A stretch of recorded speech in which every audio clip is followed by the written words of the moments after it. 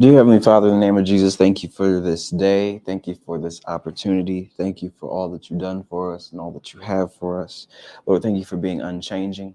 Thank you for giving us your word. Thank you for giving us the ability to speak your word and think about your word. And thank you for being completely good. Thank you for being loving to us. Thank you for equipping us with everything that you called us to do. Thank you for designing us for a purpose. Thank you for having thoughts about us, having plans for us for our peace and for our good and not for evil. Lord, I pray that you think through me and speak through me right now for this episode. And I pray that what you want them to hear is what is heard. And Lord, I pray that the person and the people who need to receive this, I pray that they receive it in the exact way that you want to bring it to them. And Lord, I just pray, thank you for this opportunity. Thank you for what you've done for me and everything that you do for me. Thank you for the gifts and abilities that you've given me. And Lord, I pray that in this episode, you can work through me and a blessing can be delivered to somebody else. And I pray this in Jesus' name. Thank you. Amen. Ladies and gentlemen, people, everybody, this episode right here, this whole series has been just fought with all different kinds of things. Like all different kinds of things have come up to stop me from telling you about Genesis 1:28. For those that don't know, I'm continuing on this multiple part series that outlines God's blueprint for dominating the earth. God's blueprint. What I found out, and I told this, I've repeated this in the multiple episodes, but I'll repeat it again just for those who might be tuning in for the first time. Pretty much God's blueprint for dominating the earth was outlined in the first page of the Bible. Like if you have a physical Bible, it'll be on the first page. If you have if it's on an app, then it's still in the first page. And this blueprint is the same blueprint. I originally thought it was made by man. I originally thought that, it was the Black billionaire blueprint. And this Black billionaire blueprint, when I look at the stories, because I love success stories, I was looking at the stories of like Jay-Z, I was looking at Oprah Winfrey, I was looking at Tyler Perry, I was looking at Kevin Hart. And what I noticed was there's common themes throughout all of their stories that have gotten them to the level of success to where I even know about them. Because, I mean, as we all know, there's hundreds of thousands and thousands on top of thousands and millions of different artists and people who claim to be rappers on the planet, but not everybody, but the majority of them we don't know about. You've never heard of. But we do know when the name Jay-Z is mentioned, you can mention it around the world, and there's most likely going to be somebody who knows who that is. Same thing with Oprah. Same thing with becoming Kevin Hart.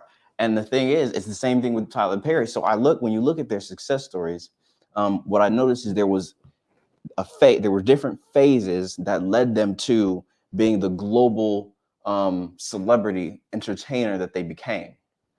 When I was talking to a friend, I was outlining this blueprint because I'm like, this is something that I've thought about, and I was just looking at their stories, and I had put these pieces together, and then he asked a question, and then it started to make me think, and I'm like, wait a minute, Jesus did the same thing. And then I went into that story, and I was looking, and I realized, okay, wait a minute, Jesus did the same blueprint. And then I went further back, and I realized, oh my goodness, God told us the blueprint in the first page, and then Jesus lived it. Jesus completed what we were destined to do from the jump. And so it was no longer the Black billionaire blueprint. It was God's blueprint. And it all comes down to what he called us to do in the first place. Look, that was Genesis. We can go back to 1:27 and 28. It says, so God created man in his own image, and the image of God created he him, male and female, he created he them. God blessed them, and And God blessed them, and God said unto them, be fruitful and multiply and replenish the earth and subdue it, and have dominion over the fish of the sea, and over the fowl of the air, and over every living thing that moveth upon the earth. And then if you go back in 26, he said, and God said, let us make man in our image after our likeness, and let them have dominion over the fish of the sea, and over the fowl of the air, and over the cattle, and over all of the earth, and over every creeping thing that creepeth upon the earth. And so Jesus lived this thing out. Now, in the first episode, I took down the first thing, was being fruitful. What does it mean to be fruitful? I talked about that in detail. If you haven't listened to it, I would go back and listen to that. It's a very important episode. And you cannot get to this step until you have completed that step. But that is the first step. Being fruitful, because God has given us all gifts and abilities and a purpose and a place and a position to be in. And with that, that's considered your seed. And then with that seed, you are then called to be fruitful with it, meaning producing a positive result, producing an outcome. And then with that seed, within a seed, a natural seed, there is other seeds. Like within a natural fruit, there is other seeds. So the second step is and multiply. And so after you are fruitful, after you can repeatedly when you can repeatedly get to the same result, get to success, then you can multiply that, because within every fruit there is the seed to then multiply the production of that fruit. And that's where the multiplication point came in. Last week I talked about that. If you haven't heard that one, go back, listen to last week, then come back here. Briefly, multiplication was broken down by saying that, okay, after you are fruitful, when it comes to multiplication, it has to be done through other people. Jesus, when he was on this earth doing his ministry, I mean, he was only here for 33 years. But the thing is, his first phase was developing his fruit. He was developing himself. He was developing his seed. And then he was fruitful, and he multiplied in his disciples, in the group of fellas that he called and that were around him. And then they started to think. They were supposed to think in a certain way. He gave them certain wisdom, information, knowledge. They saw certain things. They had certain experiences, which then equipped them to do what the next thing was, which was to go out into all the earth, which he called them to do then after that. And so now we are on the third part. Replenish the earth. Replenish the earth. Now, first thing that I'm going to say about this, replenishing the earth. Most people, most entrepreneurs don't get to this point. Most people that are successful, have been successful entrepreneurs, they have probably, if you know about them, they're, probably a local celebrity or whatever, or you know about them as like a person who typically has it going on. They might have been fruitful and they might have multiplied, but most never make it over into replenishing the earth. This is a major step. It's a major step, but it's a natural step after multiplication. It just takes the vision and a few other things that I'm going to talk about later. But that next step, so typically if you would see someone, you're like, okay, this person is successful. This person has been running a business for X amount of years and they've been doing a really good job. The multiplication thing is they've been able to run it, meaning that they are the head, they lead it, and there's other people who do different things within it. But most likely those people, they are talking directly to this person, or they are looking to you or looking to the leader for direction on how to do things, or what to do next. But if that person is gone, maybe the thing will all fail. Maybe it'll keep going, but will it keep growing? That's the question. So taking it over to this next phase is the things that we've seen have definitely spanned across generations. These are the companies that the ideas, the movements that have multiplied to the point where people don't just know about you in the area. They don't just know about it in the country, but it has a global impact. That means that it has reached people in different languages, from different cultures, people who don't look anywhere close to you, people who don't sound like you, people who aren't even familiar with the way that you live life. It has somehow reached over there and impacted their lives as well. This is replenishing the earth. Now, I was talking about last week. Now, I started off with Jay-Z when I was talking about being fruitful. I talked about Henry Ford when I was talking about multiplication. And now I want to introduce a new example, a new character who has followed the same exact blueprint and has been successful with it. But before I do that, I want to pick up a little bit on Henry Ford's story, because there was two things that I didn't mention last week. Yep, I'm keeping secrets from y'all. There was two things that I didn't mention in his story because I stopped in 1904 when he created the Model A. So for those who don't know, just a brief rundown of Henry Ford's story is he was an engineer. He was working at different places. He lost. Let's go even back further. He lost his mom. He was with his dad. He saw an engine. It sparked a vision. It sparked a dream. He was always smart. He was always curious. He was an intellectual type of fella who loved to take things apart and put them back together. And he became an engineer. He was working from place to place, but he believed that he could make this vehicle thing, this automobile thing, a little bit better than the people who were creating it at the time. And there was the Industrial Revolution that was at its peak. And he was like, I need to be a part of this thing.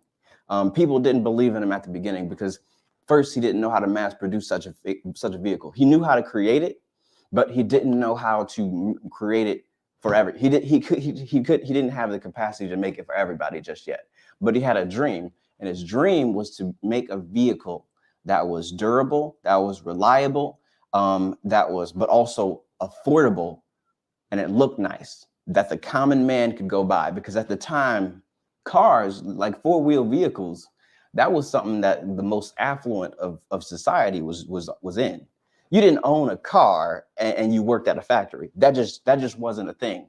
But he believed that the common man, his vision was that the common man would be able to have the same sort of luxury in life, be able to drive, be able to actually buy a car and own it and take himself to work, take his family where they need to go, and do this without breaking the bank. And so that's the mission that he set out to achieve. So long story short, he then, he did a few more things. He got some backing. He found a few believers. He got the money to get the thing created. And then he built his factory. The Ford Motor Company was born. And then in 1904, he hit the people with the Model A. The Model A put him on the map. He multiplied. When the Ford Motor Company was built, okay, he created his system that allowed his staff, his people in the factory, to create these vehicles at a rate that was then, which was abnormal. It wasn't something that people were typically able to do. And so then he was able to, since the Model A was such a hit, people knew about him. He was now a threat to the automotive industry, but not that big of a threat. But he was a dude that people were paying attention to because his engine was different, his build was different, and his production, his level of production was different from everybody else. But then something else happened after 1904. Okay, fast forward to 1908. This is the part that most people know about. I was actually talking to my dad about this last week, and I was telling him about the story of Henry Ford. And I was like, yeah, the Model A is what put Ford on the map. And he was like, but I thought it was the Model T.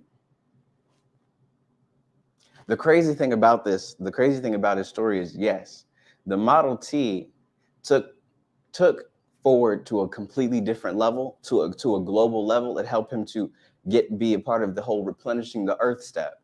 But what people don't really think about, and I feel like I've never heard anyone, first off, I've never heard anyone talk about replenishing the earth. I've never gone to church and heard someone preach a message on Genesis 1:28, replenish the earth. I've heard about being fruitful. I've heard about multiplying, but I have never, and I've heard about 128 as a whole, but I have never heard someone talk specifically about replenishing the earth. But that's the natural next step. And that's the step that would actually build the foundation for making change throughout the whole world. And it said And it says in the Bible that we're supposed to go into all the world. But this point, Model A, so he made the Model A, and then he made the Model A, and then my dad was telling me that the Model T, he thought the Model T was what would put him on the map. The crazy thing is that I don't feel like people really talk about is the fact that there are 20 letters between A and T, and he went in order. If you go on the Ford Motor Company website, you can actually see what Model B was how it was built, what it looked like. You can see C, D, E, F, G, H, I, J, K, L, M, N, O, P. All of those letters were different models between the years of 1904 and 1908. All of those were designed, all of those were built, all of those were manufactured, bought, and sent out. But nobody talks about Model F. Nobody talks about Model B. Nobody talks about the fact that after he had already became a name, a strong force in the industry at Model A, he did not stop. It took 20 more models, 20 more designs, 20 more direction, 20 more direct orders to the production staff that we're making this now. He got to the Model T and he became a household name. How many people, now this wasn't in it. This wasn't in what I was going to say, but how many people are out there and you hit gold and you're like, if it ain't broke, don't fix it? How many times you've heard that? If it ain't broke, don't fix it. Like, right, if I made this and it's good, why would I make it again? Why would I make a different version of it? This is good. People love this. The Model A was dope. He could have stopped at the Model A and he was going to be set for life. His family was going to be straight. But the Model T made sure that his children's children, we are in 2023 and there is still a Ford Motor Company. The Ford family is still getting paid because Henry Ford decided to make the Model T and did not stop at Model A.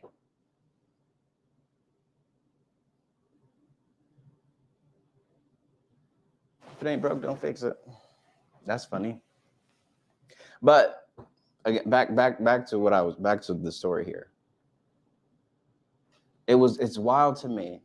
This is the point that this is what I didn't want to share last week because it was more relevant to this week, replenishing the earth.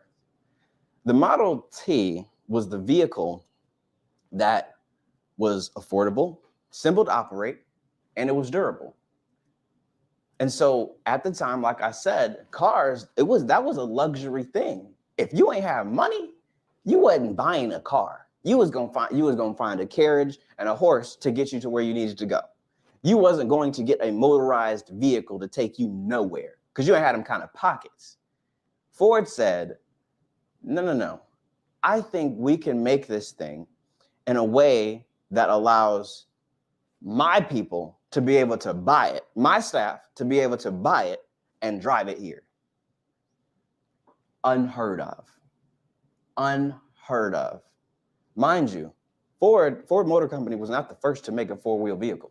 He was not the first to make a car that ran on gasoline with an engine, or to make a vehicle that rode without a horse. He wasn't the first to do it, but he was an innovator. He changed things. Model A was nice. Model A was dope, but Model T changed the game.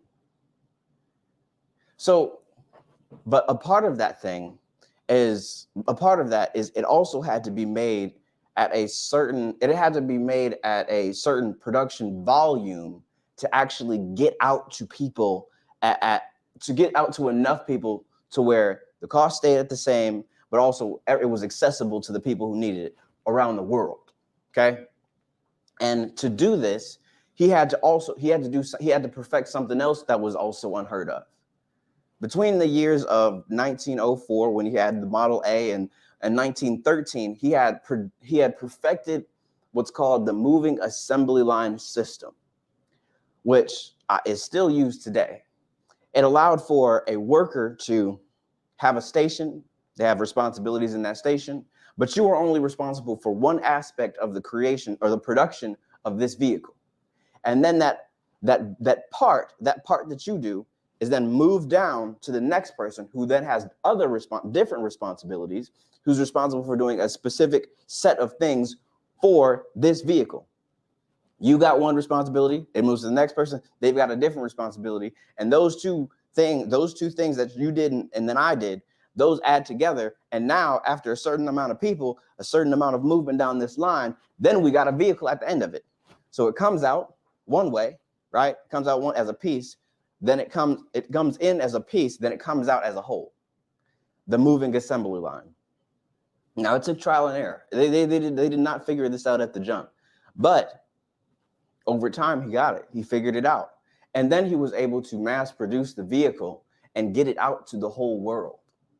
But not only that, he also was the first in the automotive industry. He was the first, and I don't know if it was all across the board, but it was definitely the first in the automotive industry to create the $5 workday and the 8-hour workday. So he would, and $5 at the time, and we're talking about 1908, okay, between 1904 and 1913. So $5 is a lot back then. Today, we all know it's not gonna go real far. You can get a hot and ready. Actually, you're gonna need change on that, so you won't be able to get a hot and ready. But back then, you was doing it. You was doing it. If you can work a day and you can get $5, you're killing it. So the $5 workday and the 8-hour workday allowed for his workers to get paid more than they would get paid at any other factory, and they didn't have to work as many hours as they would at the other factory. So therefore, they could go to work, get paid a nice paycheck, and then get home with time to spend with their family. And because they got paid so much and didn't have to work so much, and because their process was so well defined and outlined, they could then buy the vehicle that they were making. It wasn't the super luxury vehicle that only the Ford family and Ford himself would be able to buy. It was a vehicle that the person who's making it could then go out and buy for himself. This was unheard of. He was a game changer in this. This was not something that anyone had done before. In 1908, the Model T was created. By 1913, the moving assembly line was perfected. The $5 workday was invented, and the 8-hour workday was invented. And Ford, the motor company, is still living today because of these things. He replenished the earth. But how? Let's talk about it. And the one other person that I want to talk about today is a man who created a company that I, for one, admire. I mean, again, don't get me wrong. I don't know all the ins and outs. I don't know the background. I don't know the details. I don't know what the personalities of everybody who's ever run it. Don't even try to get into that, and don't even try to hit me with nothing like that either, because I know some people will debate you to the death. Well, what about so-and-so? He didn't pay his child support back in 1954. Look, I don't know all of that. What I do know is the impact that it's making and the impact that it has on me without knowing all that stuff, okay? There's a person who made a company that tells stories better than any other company that I've ever come in contact with, even to this day. It's a company that makes people dream. It makes people imagine. It is known as the company that champions making people happy. And this guy, his name is Walt Disney. He didn't start off with the most fancy or luxury of backgrounds, and he didn't start off with, you know, a father and a mother who just had buku dollars and they were just pouring it into him and just letting him do whatever he wanted to do. He started from humble beginnings, but that's something what we know. That's you know, every American story that we talk about has a similar background to that, okay?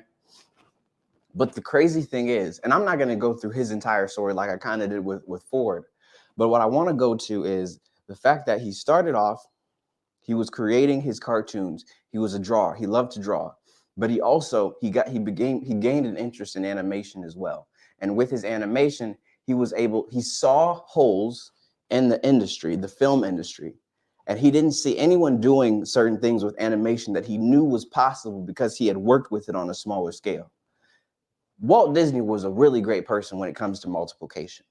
He from an early stage, he was able to get his work reproduced in other people from the jump. Like, he started off by himself as a kid, but soon, right after he got out of the military and he got home and he started his company and he started the Laugh-O-Gram company, he was able to work with other people and get things created. So that wasn't his issue. Multiplication was not his issue, but he did not replenish the earth until 1937. In 1937, he produced the first ever feature-length animated film. It was called Snow White and the Seven Dwarfs. Now, personally, I have not watched this movie. I think I did maybe as a baby, but I have not watched this movie. But this movie back in 1937 was something that had not been done before. No one even thought that people had the attention span or would pay attention to a movie that was fully animated for a feature length. That's just not something that anyone thought was even a thing. But the man had gotten his reps in. The man had built up his storytelling muscles. He had built up his team. He had multiplied within his team, and he had created systems that allowed him to tell these stories and create characters and get people so engaged and so entangled with the stories of these characters that they wanted to talk about these characters outside of the movie theater, outside of their homes, and they wanted to share the stories of these characters and become friends with these characters, these fictional characters, almost as if they were real people. He was able to do that through his art. He was able to do that through storytelling. But not only that, the man was so innovative, and he was such a believer in what he was doing that he was able to create something that wasn't just a local hit or a national hit, but people from around the world wanted to also share the story that he told with Snow White and the Seven Dwarfs.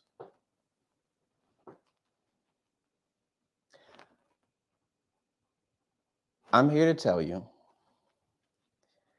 that Genesis chapter 1 tells me, and look, I didn't make this up. It's been in my Bible. I mean, it was in my Bible when I woke up today. It was in my Bible right now. It's still here. I did not put this in here. But right here it says in the King James Version, God said, "Let us make man in our image after our likeness." And then he went on to tell us what he wanted us to do. God said unto them, "Be fruitful, multiply, and replenish the earth, and subdue it, and have dominion over the fish of the sea, over the fowl of the air, and over every living thing that moveth upon the earth." I didn't make that up. God said we are made in his image, after his likeness. What does God do? Let's scroll up to the top, to the very first sentence. In the beginning, God created the heaven and the earth. What does God do? He creates stuff. He's a creator. Quick question. This might sound crazy. It might just super far-fetched idea, but please just bear with me here, just for a moment. If you talked to your dog and asked your dog to create a character or a story, could your dog do it? Yeah? No? Put it in the comments, please. I would love to hear that your dog can actually create a story for me. I mean, please. How about this? Okay, I know that was crazy. That was too wild. It was unheard of. How about this? This one should be easier. If you went outside your house today and you found a tree and you talked to the tree and you said, "Hey, Mr. Tree, could you produce for me a peanut butter and jelly sandwich?" And you waited on it. Would your tree be able to create for you a peanut butter and jelly sandwich?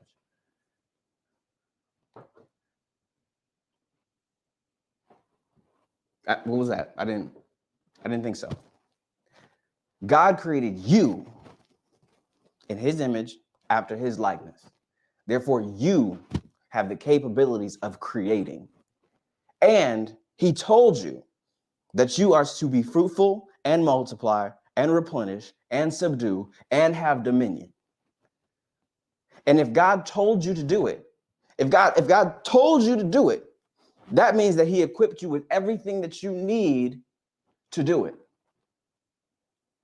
Because before that, he already said he made you in his likeness, in his image. Let's continue on. The subject today is replenishing the earth.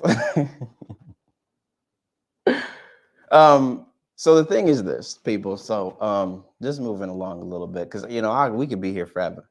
Romans 12:4-5, it says, "For just as each of us has one body with many members, and these members do not all have the same function," 5, "so in Christ we, though many, form one body, and each member belongs to all the others." This episode is here to answer the question, what does it take to, and what does it mean to replenish the earth? To answer that question, it took some time. It took some time, and it took some very interesting realizations. And like I said before, I had never, you could probably go on YouTube or Google it or something, and they will give you a bunch of different answers. But I have never heard someone just stay on the point that Genesis 1:28 says, and it says, and replenish the earth. Never heard it. But when in prayer and in going through scripture and having an understanding of the kingdom context, it led me to believe that in order to replenish the earth, it requires unity, oneness. So the first thing that inside of that unity, inside of that oneness, it takes a strong leader. It takes strong leadership with a vision that's bigger than itself. Let's go back into the stories that I mentioned earlier. So we've got Henry Ford, we've got Walt Disney, and we've got Jesus. Would you say that these people had strong leadership abilities? Now, I'm a strong believer that if you see an issue with a company, you got to look at the leadership. If you see an issue with a family, you got to look at the leadership. Who's the head and what are they like? Because that's going to reflect onto everybody else who they lead. So in any sort of situation, if whether it's a company, whether it's a family or anything else, or it's a gang. I mean, shoot, when people take over different territories, the first thing they do is they go kill the leader. You gotta take out the top dog. If there's a group of bullies, take out the top dog, the rest of them gonna follow. And so it's the same way when someone has been fruitful in an area and they've multiplied into other people. And now it's time to replenish the earth, to take this thing global. It has to be led by strong leadership. Now, the second side of that is the leadership has to be led by a vision or a cause, a reason for doing things that is bigger than themselves. Because listen, I mean, if we're being real, honestly, like, you don't need a lot. Like, to live, you really just don't need a lot. I would say probably most things that most of us want, like, in terms of like a luxury experience, in terms of, vacations, food that we like to eat, cars that we like to drive, you pretty much would have it. If you really calculated it, you would probably have it around $250,000 a year. Like, if that's what you got paid, you pretty much are set. You rich, like you rich, for real, you rich. But if that was the case, if $250,000 was the maximum, if that's what they were going after, just to make an income for themselves, like if Jesus was trying to just make an income for himself, or Henry Ford or Walt Disney, if they were just trying to make an income for themselves, Walt Disney ain't never need to make Snow White. Henry Ford could have stopped before the Model A. He really didn't even need to start the company. And I mean, Jesus, I don't know how much he made. But the thing is, if his only goal was to just satisfy his own desires and just live a life that was comfortable for him, then one, he most likely would have lived past the age of 33. All right, let's just be real. And then secondly, there is no reason, it wouldn't even make sense to go through the things that he went through, the way he went through them, if it was just trying to satisfy his own desires. Because if he was just trying to satisfy his own desires, I don't believe we would know about Jesus. That's the truth. That's the thing. Now, if you go back into the story, Jesus, and I'll start there and I'll work to the other ones. But Jesus, he needed to come back to the earth because something was lost. We had lost something. And from the beginning, because we had lost it on the third page, that first page, we talked about all the dominion and stuff. The second page, we get more so the responsibilities, the day-to-day practicalities, and then who's a part of it. And the third page, we lost everything. Just that quick. Jesus's responsibility, like he said in Matthew 4:17, was he no longer preached. The only thing that he preached or talked about was repent, for the kingdom of heaven has come. His message was about the kingdom. He needed to come back to this earth, die and resurrect, so that we could then claim the territory that was ours in the first place. That's what we lost in the garden. He wanted to give us our rights back. We didn't have our kingdom authority anymore because we had given it away on the third page to the serpent. Jesus needed to come back, and he needed to do things. He needed to be led by something that he had to yield himself. He had to submit himself to authority that was greater than himself, because that authority that was greater than himself, when he submitted to it, then he was able to do everything that he was called to do and achieve everything that he was supposed to achieve during his lifetime. His calling was a lot greater than himself. His calling was a lot more than just him being satisfied with what he needed to eat in the day, where he was going to live, and what he was going to wear. His calling, him actually fulfilling his purpose, affected you, me, anybody you've ever known, anybody I've ever known, and every person who's ever existed on the planet. Because this man decided he was going to do what he was called to do and fully equipped to do during his lifetime.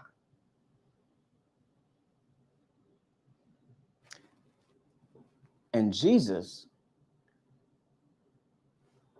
he wasn't born in the 1900s. He wasn't born in the 1800s. We talking about Jesus today, and he died a long time ago.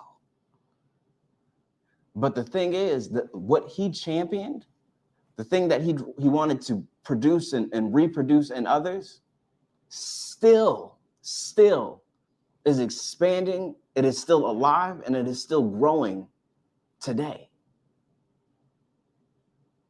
He completed his mission.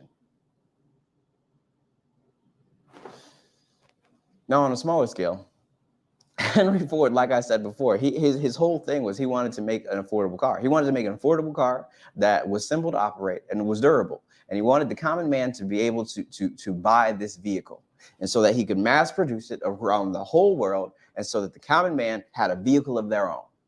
And it wasn't just exclusive to the most affluent and the richest in society. That was his thing. That's what he went for. And until he achieved that, and then he achieved that with the Model T, but also the Ford Motor Company never stopped. They had a commitment to innovation. And because because he was so successful in multiplying himself, his impact outlasted his own life. That's the key thing. When you just multiply, if you stop at multiplication, your cause will most likely die with you. It will most likely be forgotten even after, maybe after you die or soon after that. But when you have replenished the earth, it's hard to be forgotten. It's going to take generations and generations and generations, because these people that I mentioned in here, they changed things. They were innovators. They were trailblazers. Ford decided he was going to make a universal vehicle, the first universal car that anybody. He was going to mass produce a universal car. Disney, he said, I'm going to take animation to a level that it's never been done before. Jesus said, I'm going to restore the kingdom's dominion over this territory. These are unheard of ideas at their time. These people, these men decided that they were going to do something that was going to change history. This is what it means to replenish the earth. And if the leader of this mission, this march, if the leader is not led by something greater than themselves, it's not going to go far. Because if we're just trying to satisfy what we want or what's cool for us, then we're going to stop a long time before. Because think about it. Think about how difficult. Think about just the stories that you've heard about Jesus, like the consistent persecution, the people coming for his life on a daily basis, and all the different ups and downs, and the people completely being ignorant of who he is, and also his disciples and the things that they did against him. Who would go through this stuff if he was just trying to satisfy his own desires? It wouldn't be worth it. It just wouldn't be worth it. The next thing is that diversity of gifts working together as one. Now, I've talked about this before. I think I talked about it in the first and the second episode. You were created for a reason. You are royalty. God put things inside of you. God gave you gifts and he gave you a parents, and he put you in a certain situation that was going to give you the perspective, and that was going to shape you so that you can be equipped to do the things that he called you to do. That's the truth. You got to think about it like the body of Christ, right? So Jesus is not, and I don't know about you, I don't know about your experience, maybe things are different, but Jesus doesn't, when I wake up in the morning, Jesus is not waiting at the door to tell me what to do during the day. Jesus doesn't wake me up on Sunday and say, all right, you need to go to church. Jesus doesn't like go on my phone and then open the Bible app to a specific scripture and tell me to read it and study it. Maybe that happens in your life, but that doesn't happen in my life. That has not happened in my life. But I still do these things, and I still champion this because he set a standard. He gave us the instruction, and he made it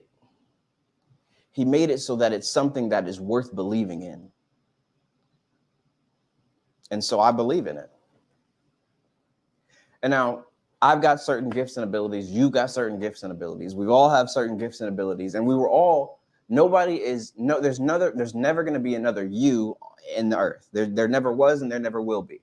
You are the only you that there will ever be in the history of the earth. God is very intentional, and God is very orderly. God didn't have Jesus come right after Adam and Eve. He put Jesus, he sent his son at the perfect time in human history so that the things could play out in the way that they were supposed to, that he designed them to, that he planned, that he had the thoughts of. He knew it was going to happen like this. He had Jesus put into a woman at a specific time in a specific place so that all the things that were going to happen would map out to his purpose prevailing. Because that's what God does.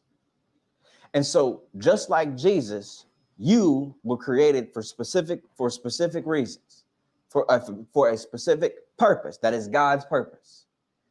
And you were put on this earth at this specific time, at the time you were born, and the environment that you were born in, so that you could do the things that he called you to do. He didn't put you in 1935. He didn't put you in 2057. He put you right now.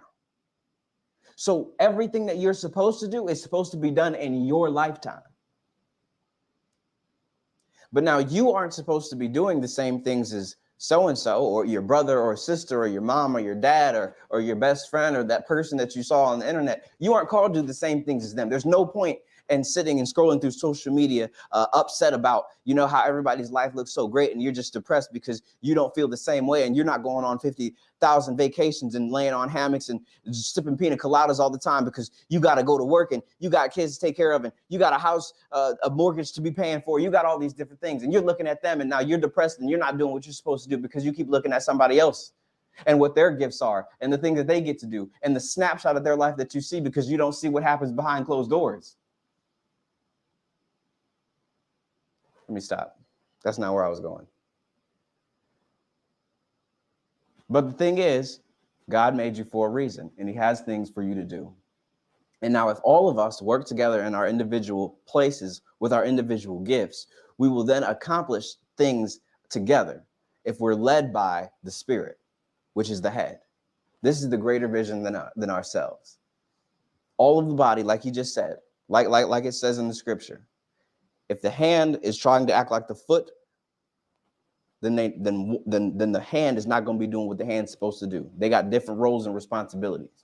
Just like you and your gifts, you've got certain responsibilities and you have a role to be playing on this earth with the gifts that you have. So you can have examples of other people who have had similar gifts, but nobody's going to be able to do it the same way that you are going to do it. Just like Ford had the idea of making the affordable vehicle. And making the durable one, the vehicle that the common man could use. His perspective came from his background. He had a certain drive, he had a certain enthusiasm, he had a certain intellect, he had a certain curiosity that was given to him so that he could do what he was created to do. Same thing with you. We all ain't gonna be Henry Ford. There's a Michael Jordan and there's a Henry Ford. They both did crazy stuff, great stuff that changed things up.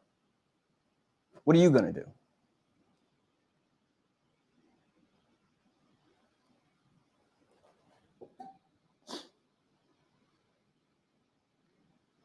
Now, there are other things that are required to replenish the earth. I mean, there's a certain level of like individual responsibility. God multiplied his work through his disciples, but then they also had to take up responsibility on their own to go act out the things that they were called to do. The things that were multiplied in them, that were given to them, it was their responsibility then to go out into the world and be a representative for the kingdom. And now, without Jesus directly being there, because he had to die. Jesus had to die, and he ain't gonna die again. He had to die. He had to be buried. He had to rise again. And then after that, after he was gone, after he was no longer in the flesh, he was no longer able to be with them and say, look, homie, what are you doing? He said, I'm not going to be here forever. So they then had to be fully equipped. They had to have all the tools. They had to have the mindset. They had to have the same vision. And they had to be using what they were given to go out into the world and preach the gospel and be a representative and stand strong for the kingdom. How are you, because the multiplication step and the replenishing the earth step are joint but separate. The difference between the two is the multiplication step, from what I've read, Jesus, while he was on the earth and he was with his disciples and the disciples could do work, that was multiplication. When he left and they went out to all of the planet and they no longer needed to be side by side with them, that's when the earth was being replenished. So it takes an accumulation of growth to get to the actual replenishing the earth step. But like I said before, there is no replenishing the earth without multiplication. There is no multiplication without fruitfulness. But the multiplication is crucially important, because if the multiplication phase does not go well, replenishing the earth can only end in catastrophe. If the disciples didn't have the same drive, didn't they have the same vision, didn't believe the same things, they could have gone into all these different places and completely disrespected everything that Jesus had told them. They could have easily gone somewhere and preached a completely new gospel. They could have made themselves the main character and not submitted to the authority that they had. But they didn't. Because Jesus was intentional about how he was going to multiply in these individuals. And then he let them, he took his hand off. He like, hey, it is now your responsibility to go into these different places and to do what I called you to do. And they did.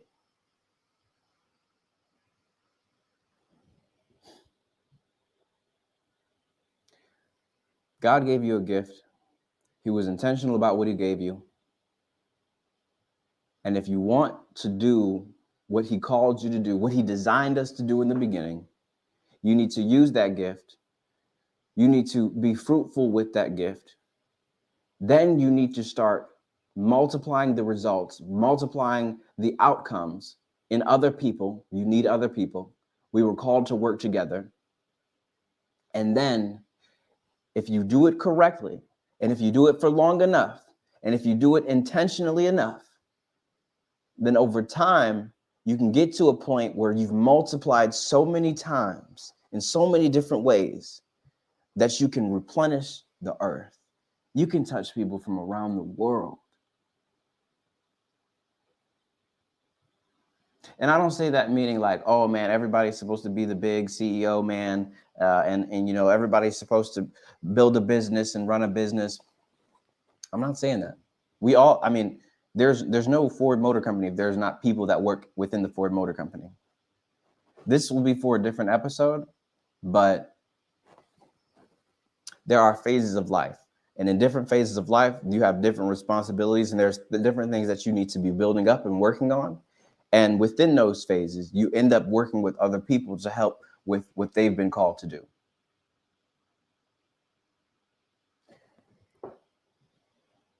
But get on. Let's get back to the original design for man.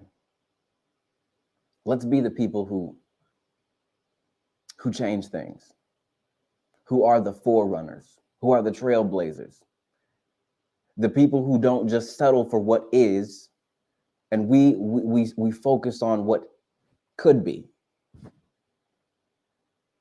but not because of what, you know, how we can satisfy our own desires or how we can, you know, put a little bit more food on our table or drive a little bit nicer car, but how can we change things to make life better or easier for everybody else? I believe we were called to do this. That's your episode for today. Thank you for joining the another episode of A King's Journal. My name is Martel Fletcher, and I certainly hope to see you next week. Next week, we hit subdue. That's going to be a good one, and I will see you all there. Have a fantastic rest of your week, and I'll see you on Sunday. Peace.